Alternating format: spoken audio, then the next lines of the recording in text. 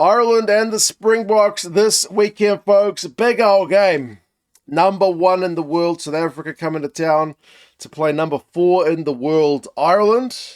But it's a little bit extra spicy. I mean, the fact that Russie's returning to Ireland, where he coached Munster in the past, always adds a bit of spice. But Ireland, and I haven't looked at every team's head-to-head record against Russie, but Ireland must surely have the best head-to-head record against a Russie-coached Springbok side. Admittedly, I think they've only played 4 times with Russie in charge, but not many teams have the kind of right side of the ledger record against Russie's Springboks. We'll get to that in a second, along with some other stats and predictions and whatnot, and you guys can let us know your thoughts. We'll go through the squads first, though, because there are a few interesting changes to talk about. If you haven't subscribed, please get that done, because we're 264 people away from 100,000.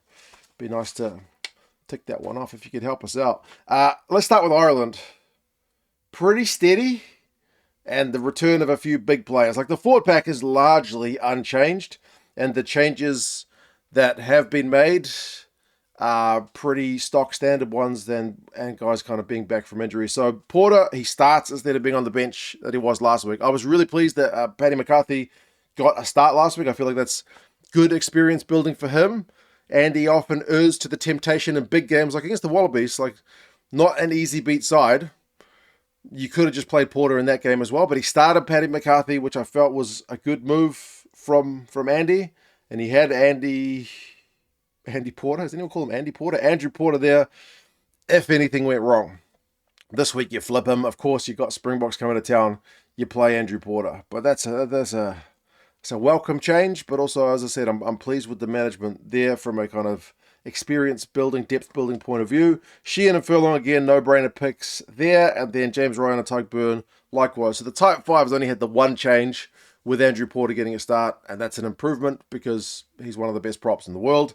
And then the back row, Josh van der Flier back fit. That's good news. He's at number 7.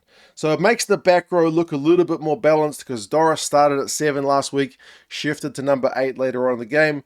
Doris gets back to his preferred number 8 this week. Hard tackling Josh van der Flier's there at 7, and then Ryan Baird, who was the king of the lineout last week, is there at number 6. And I mean, Doris is still the key man to watch for mine amongst that lot, because, I mean, not only is the captain, but he's got just, I mean, he was leading their carries, but also their tackles. But he just does a bit of everything. There are some guys who you can kind of shoehorn into really good at this, maybe not good at that, but Caelan Doris genuinely just does a bit of everything and does them very well. Like, that jack of all trades, saying doesn't really work on him because he's very good at so many of them. But, yeah, I think you'd be pretty happy with the forward pack largely. The 9-10 combo is also unchanged with the Leinster duo of Gibson-Park and Prendergast.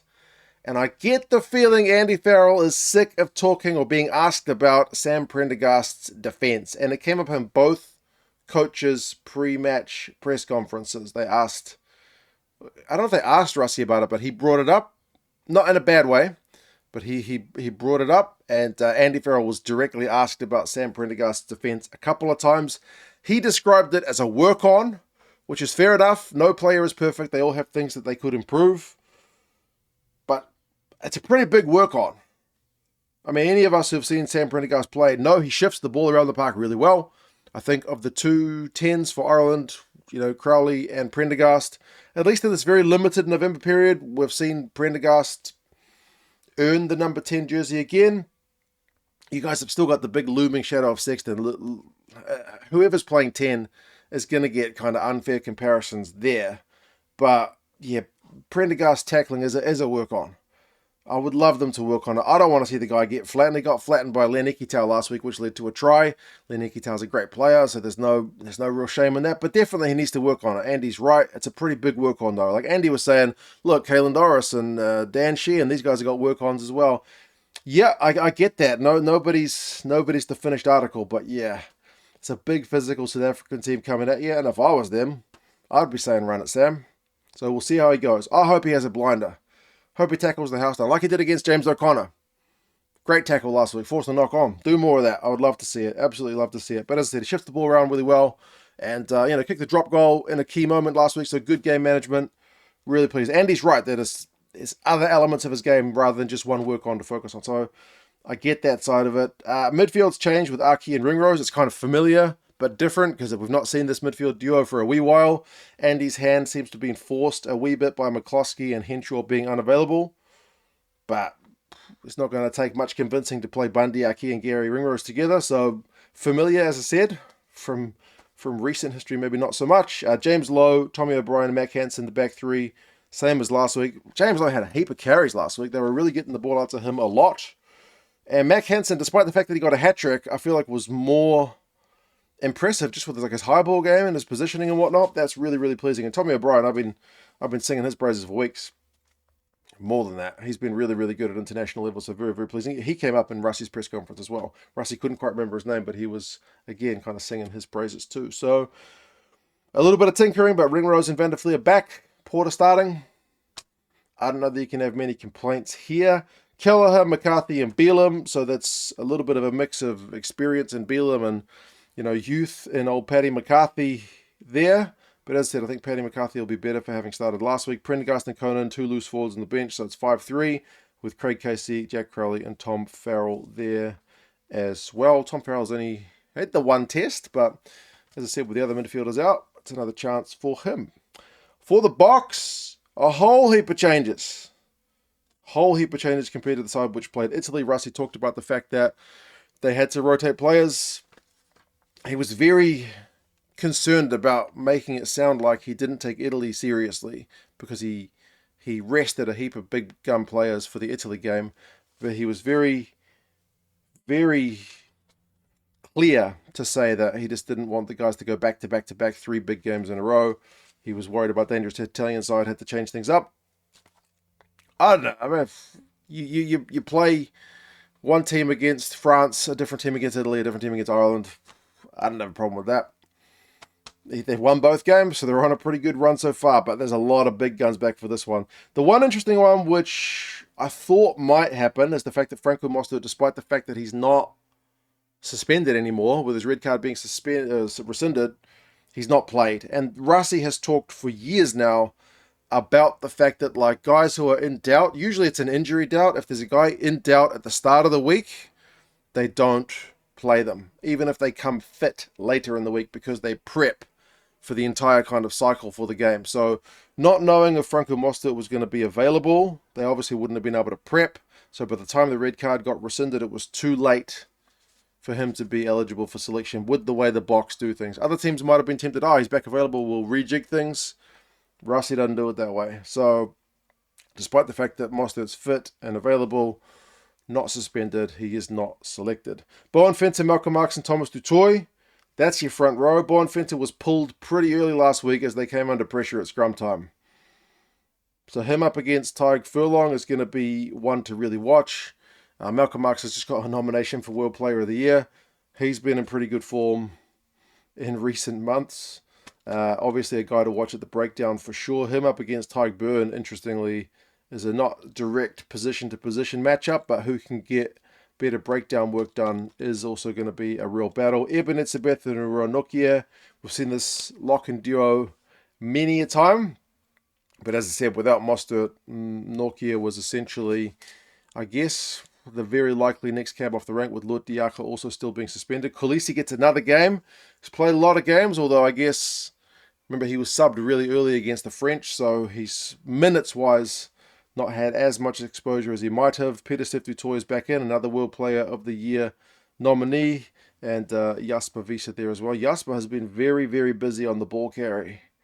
So he's, like, I remember looking at his numbers, the meterage is not that high, but you feel like he exhausts guys just by slamming his big body into them over and over and over again. Cobus Reinach and Sasha Feinberg-Mngomezulu, that's the 9-10 combo. And they've been a very effective duo, both scoring some pretty wonderful tries. They did say that Andre Pollard is out with an Achilles, but in all likelihood he was going to play Sasha anyway. Russie, he wants to see Sasha exposed, and he's again talked about this before. He wanted to see Sasha in New Zealand under the pressure of playing, away from home in New Zealand, which is a tough place to go usually. And he mentioned it this time as well, running out of Dublin, hearing zombie from the crowd and whatnot. How is he going to handle the pressure? It's another test for him. Damien Delender and Jesse Creel, as I said, I'd be telling Damien de Allende to run at Sam Prendergast every chance he gets because he's a big guy. Damien de Allende. Caelan Moody, maybe a bit of aerial skills, shifts to the wing for this one from the midfield last week. Remember, Kurtley Arendse out with concussion, and Cheslin Colby's back on the left wing. And then Damien Willemse, who had a lot of carries from fullback last week, and also a lot of kicks. Like they were kicking a lot from 9, a lot from 10, a lot from 15. Like quite a good mix of boot to ball from the box last week. Willemse is one of the kind of few remaining guys alongside Fenter and Kolisi. Replacements, Johan Grobbelaar drops to the bench. Steenekamp and Lowe are there as that kind of, when in doubt at scrum time, pull the pin and bring on the Bulls guys. Achia Sneemans is 50th. He doesn't get the usual, and they mentioned this in the press, the usual kind of start. Russie likes to start guys in their kind of milestone games, but with the locking situation, with the Mostert suspension, it is still Achia on the bench. Quokka Smith was winning turnovers last week from the bench. He is still there. Andre Esterhuizen, will he come on as a flanker? Will he come on as a midfielder? We'll see. Grant Williams and Manny Libbok, the two specialist back replacements. Some stats for you. Ireland got the line out at 100% last week. Was so pleasing because the line out has been a bit shaky, but it's still been progressing in the right direction, and now we saw it at 100%. So that's very, very pleasing. Tackle percent was 92%. That's world class. Only conceded 2 line breaks themselves. So defensively kept the Aussies very quiet. The tries the Aussies scored last week were pretty ugly. Like close range, it's just like force our way over the line. Otherwise, the Irish defensive systems were looking pretty nice. They busted 20 tackles and kicked a massive 45 times.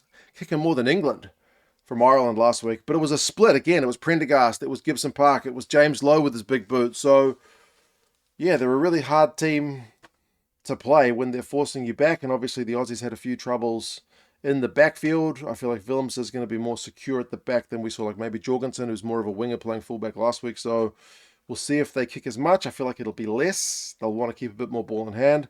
For South Africa last week, it's really hard to read too much into the stats because they got another permanent red card. It's 2 in 2 weeks, but they still scored 4 tries.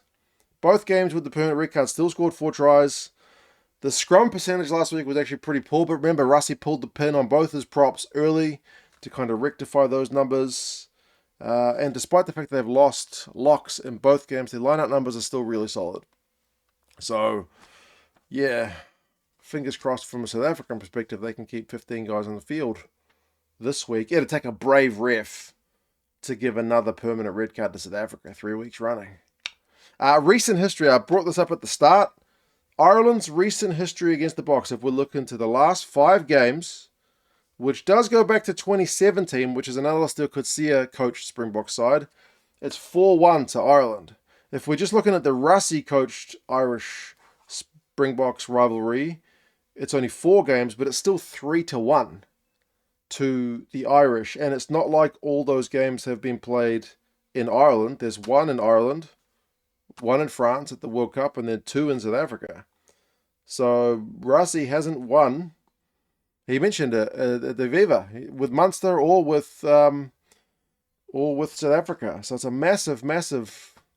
Like he doesn't have that many firsts to get, but it'd be a massive first for Russie at this point. But boy, would the Irish love to hold them out because the Springboks campaign is going, despite the red cards, it's going all full steam ahead. Ireland would love to play spoilers to that. Average score across the last 5 is 23-16. To the Irish, but there's been some close ones, man. 25-24, the most recent one a couple of years ago, 27-20, 13-8, 19-16, so they're all pretty close. It's that 38-3 back in 2017 that kind of blows out the average. So it's a lot closer than that. 2012 is the last time we saw a South African win in Ireland, so well over a decade, folks. It's been a wee while. Predictions-wise, though, and why I'm wearing the Irish jersey, because Ireland are the underdogs, despite the fact they're at home. The bookies have got South Africa by 5, and the Rugby Forecast algorithm have got South Africa by 5. So South Africa are the favourites for this one. Number 1 side in the world, coming off wins against the French and the Italians with 14 men. I guess it makes sense. Matthew Carley is the ref. As I said, a bit of pressure on that guy. Imagine if there's another borderline incident. Just send it to the bunker, Matt. Just send it to the bunker. please. It's a 5:40 kickoff, which I think is a few hours later in South Africa, but evening kickoff for you guys in South Africa. It's a nice kind of 6:40 kickoff for those of us in New Zealand, so pretty good. Should be a big game. Really looking forward to it. You guys let us know your thoughts on how it's going to go. Do you see Russie getting that first? Or do you think the Irish can remain kind of Russie's bogey team? It's going to be a fascinating one. I think the Irish are in white for this one, or at least the alternate kit. South Africa will be in green, so kind of going back to the old traditions of the host switching up. You guys let us know your thoughts. As I said, subscribe, please. We're not that far from 100K. Take care, and I'll talk to you guys again soon. See you later.